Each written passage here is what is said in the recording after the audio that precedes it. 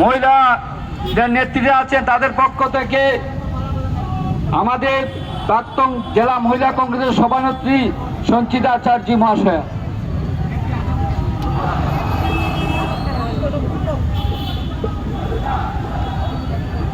বন্ধুগণ, আজকে এইখানে দাঁড়িয়ে সারা কাছাড় কংগ্রেসের সাথে সাধারণ মানুষ হাত মিলিয়ে আমরা যে আন্দোলনে আজকে নেমেছি, সেই আন্দোলনটা হলো একজন বিজেপির আইটি সেলের প্রধান অমিত মালব্য। উনি বলেছেন আমাদের বাংলা ভাষাকে, নাকি বাংলাদেশের ভাষা, বাংলা বললে সিলেটি বললে নাকি বাংলাদেশি খুঁজতে সুবিধা হবে। বাংলাদেশ ভাষা নিয়ে উনার যে এই অপমানজনক মন্তব্য, সেই অপমানের বিরুদ্ধে আমরা আজকে সারা কাছাড় কংগ্রেস এবং তার সাথে হাত মিলিয়ে সমস্ত জনগণ আমরা আজকে এখানে উপস্থিত হয়েছি। বন্ধুগণ, আপনারা জানেন বাংলা ভাষা মাতৃভাষা, মাতৃদুগ্ধ সম। আজকে আমাদের এই শহরে ভাষার জন্য 11 জন শহীদ হয়েছেন। ভারতবর্ষের কোথাও দেখেছেন আপনারা ভাষার জন্য শহীদ হতে? আমাদের কাছে বাংলা ভাষা আমাদের মায়ের সমান।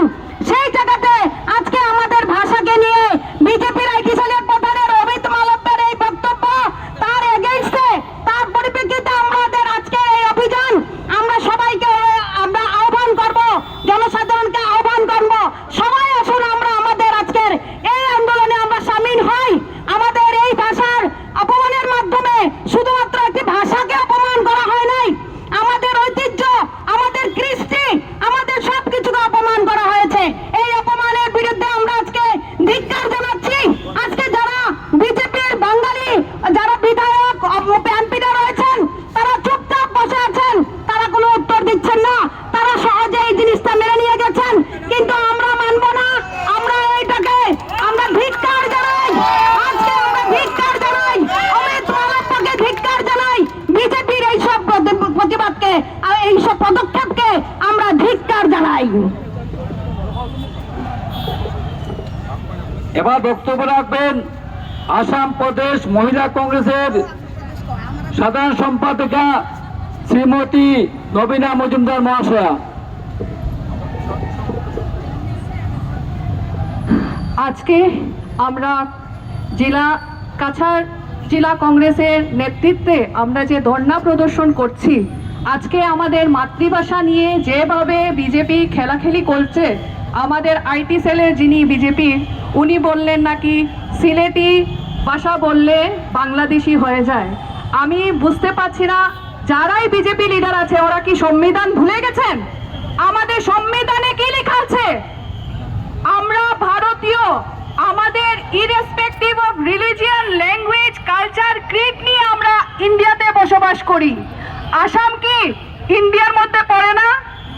মহাশয় হেমন্ত বিশ্ব শর্মা, আপনি জানেন না আসাম আমাদের ভারতবর্ষে পড়ে?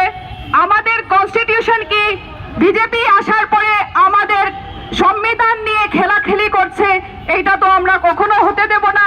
আমরা গর্বিত, আমরা বাঙালি, আমরা বাংলা ভাষা বলি, আমরা ইন্ডিয়াতে থাকি, উনার পারমিশন নিয়ে থাকার কথা না, কারণ আমাদের সংবিধানে লেখা আছে আমরা এখানে বসবাস করতে পারি আমাদের ল্যাঙ্গুয়েজ, রিলিজিয়ন, কালচার নিয়ে।